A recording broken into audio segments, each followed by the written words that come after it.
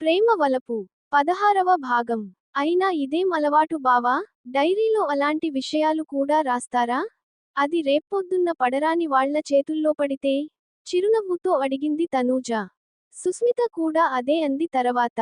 నాకు తెలిసొచ్చింది. ఆ డైరీని కాల్చి పారేయడమే కాదు, ఇకపైనే డైరీయే రాయను. స్పష్టంగా అన్నాడు. ఓహ్ బావా, అంతలా డిసైడ్ అయిపోకు.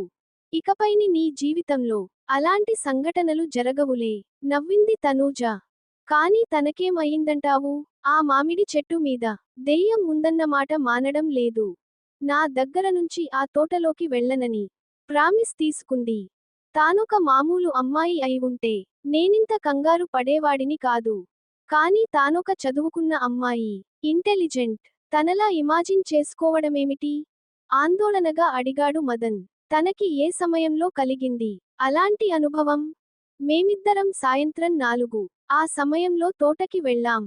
6:30 ఆ సమయం వరకు మాట్లాడుకున్నాం. తరువాత ఆడిటర్ రావడంతో నేనింటికి రావాల్సి వచ్చింది. తనని వచ్చేమని అడిగాను. కానీ తను కొద్దిసేపు అక్కడ ఉన్నాకే వస్తానని పట్టుపట్టింది. దానితో తనని అక్కడే వదిలి వచ్చేక తప్పలేదు. తనెంతకి రాకపోవడంతో వెళ్ళి చూసేసరికి నిలబడి అక్కడ ఉన్న పెద్ద మామిడి చెట్టువైపు చూస్తూ ఉంది. నేను గట్టిగా భుజాలు పట్టి కుదిపేసరికి ఈ లోకంలోకి వచ్చి ఈ పాట మొదలు పెట్టింది. ఎక్సప్లనేషన్ ఈజీ బావా, బెడ్ మీద నుండి దిగి అంది తనూజ. తను నిన్ను ప్రాణంలా ప్రేమించింది. అందుకనే నీ దగ్గరికి ఇలా వచ్చి చేరింది. చిట్టిరాణి ఇంక లేకపోయినా తను కూడా నిన్ను ప్రాణంలా ప్రేమించిందన్న విషయానికి సుస్మితని బాగా డిస్టర్బ్ చేసేసింది. సబ్కాన్షస్ గా ఆ విషయానికి గురించే ఆలోచిస్తూ ఉంది. అలా ఆలోచించడమే తను ఒంటరిగా ఆ తోటలో, ఆ చీకట్లో అలా ఉన్నప్పుడు అలాంటి హల్యూసినేషన్ కి సబ్జెక్ట్ అయ్యేలా చేసింది. మరిప్పుడేం చేద్దాం? తనని ఆ భ్రమలో నుండి ఎలా బయటకి తీసుకురావాలి? అదే కంగారుతో అడిగాడు మదన్. ఇది చాలా చిన్న సమస్య లానే అనిపిస్తుంది. తనతో మాట్లాడితే కానీ నేనే విషయానికి చెప్పలేను. ఎనీహౌ నువ్వనవసరంగా కంగారుపడకు. నేనున్నాను కదా, దీర్ఘంగా నిట్టూర్చి అంది తనూజ. ఎనీహౌ ఆ చిట్టిరాణి ఆ నదీ ప్రవాహంలో నుండి బ్రతికి బయటపడగలిగే అవకాశం ఏమైనా ఉందా? ఆ నది గురించి నీకు తెలుసు కదా. ప్రస్తుతం కూడా అంత ఉధృతంగానూ ఉంది. గజీతగాళ్లు కూడా అందులో ఈత కొట్టలేరు. చిట్టిరాణి ప్రాణాలతో బయటపడగలిగే అవకాశం లేదు. మదన్ మొహంలోకి మరోసారి అనీజీ ఎక్స్ప్రెషన్ వచ్చేసింది. ఆల్రైట్ బావా, ముందు నేను తనతో మాట్లాడక. తనూజ ఏదో అనబోతూ ఉంటే పక్క రూమ్ తలుపు తెరిచిన శబ్దం వినిపించింది. తను వచ్చినట్టు ఉంది. ఇప్పటివరకు తను, వదిన ఊరంతా తిరిగి రావడానికి వెళ్లారు.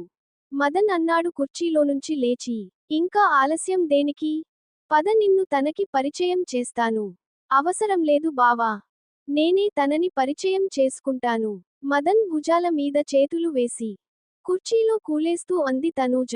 మళ్ళీ నేనొచ్చి మాట్లాడేవరకు అక్కర్లేని ఆలోచనలతో మనసు పాడు చేసుకోకు.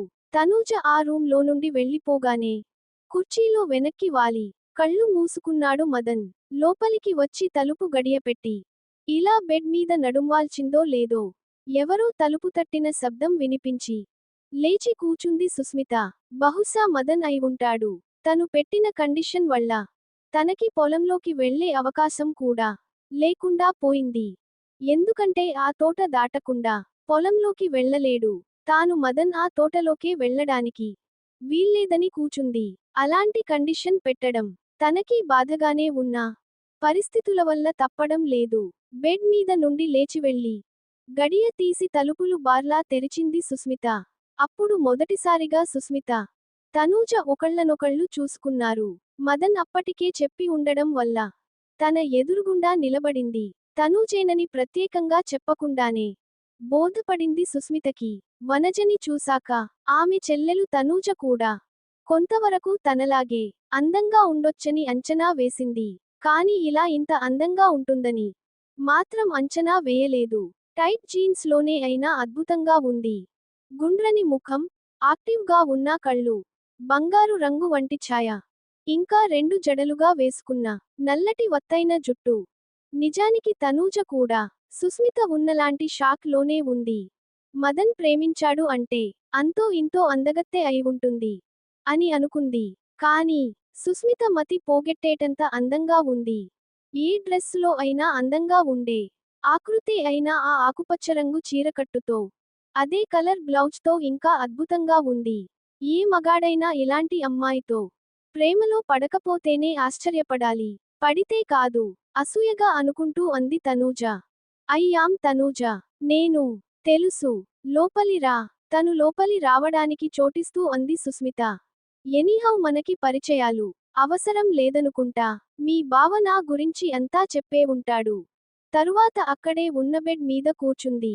అంతా చెప్పాడు ఒకే ఒక్క విషయానికి తప్ప. అక్కడ ఉన్న కుర్చీని సుస్మితకి అపోజిట్ గా లాక్కుని అందులో కూలబడుతూ అంది. నువ్వింత అద్భుతమైన అందగత్తెవని తప్ప తక్కిన విషయాలన్నీ చెప్పేశాడు. ప్రవరాఖ్యుడి లాంటి మా బావ ప్రేమలో పడడం ఏమిటా అని ఆశ్చర్యపడ్డాను.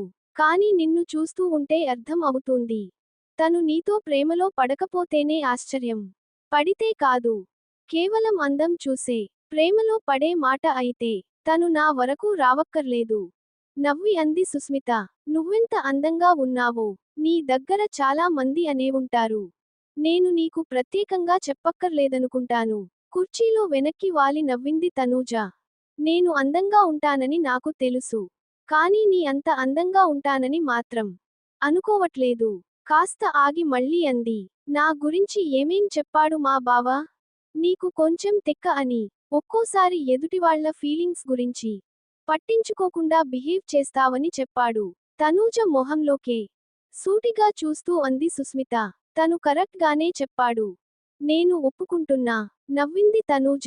చిన్నప్పటినుంచి అలా అలవాటైపోయింది. నన్ను నేను మార్చుకోవడానికి ట్రై చేస్తున్నా. ఎవరి లోపం వాళ్ళు ఒప్పుకోవడం నిజంగా చాలా గొప్ప విషయానికి. సుస్మిత నవ్వింది. ఆల్రైట్. ఇప్పుడు విషయానికి వస్తాను. కుర్చీలో అడ్జస్ట్ అయింది తనూజ. నీ గురించనే నన్ను ప్రత్యేకంగా రమ్మన్నాడు. మా బావ నీకు ఇక్కడ బోర్ కొట్టకుండా చూడాలన్నది ఒక కారణం అయితే, ఒక సైకాలజిస్ట్ గా చిట్టిరాణి దయ్యంగా మారిందన్న నీ భ్రమని నేను తొలగాగించాలన్నది ఇంకో కారణం. నాకు నా బావకి మధ్య దాపరికాలేమీ ఉండవు. తను నాకు అన్ని విషయాలు చెప్తాడు. నీ గురించి కూడా పూర్తిగా అన్ని విషయాలు నాకు చెప్పేశాడు. నీ ఉద్దేశంలో కూడా నాది కేవలం భ్రమే. అంతకన్నా ఇంకేం కాదు. సూటిగా తనూజ మొహంలోకి చూస్తూ అంది సుస్మిత. నువ్వు నాలా సైకాలజిస్ట్ వి కాకపోవచ్చు. కానీ చదువుకున్నావు కదా. నువ్వే చెప్పు అసలు దెయ్యాలు, భూతాలు లాంటివి ఉన్నాయంటావా? కుర్చీలో ఇంకోసారి అడ్జస్ట్ అవుతూ అడిగింది తనూజ. నువ్వు నా బావ సైడ్ నుంచి తను చెప్పినది మాత్రమే విన్నావు. ఇప్పుడు నా సైడ్ నుంచి పూర్తిగా విన్నాక ఎలా హెల్ప్ చెయ్యగలవో డిసైడ్ చేసుకో. సుస్మిత అంది. ఆల్రైట్. I'm all ears. చెప్పు నువ్వేమి చెప్పదలుచుకున్నావో. మళ్ళీ చిన్న చిరునవ్వు వచ్చి చేరింది తనూజ పెదవుల మీదకి. అలా కుర్చీలో నాకు ఎదురుగుండా కాదు. బెడ్ మీద నా పక్కకి రా. నేనంతా క్లియర్ గా చెప్తాను నీకు. తరువాత తనూజ సుస్మిత పక్కనే బెడ్ మీద కూర్చున్నాక సుస్మిత చెప్పడం మొదలు పెట్టింది. ఎలాంటి డిస్టర్బెన్స్ చేయకుండా ఆసక్తిగా వినడం ప్రారంభించింది తనూజ. మిగతా స్టోరీ 17వ భాగంలో.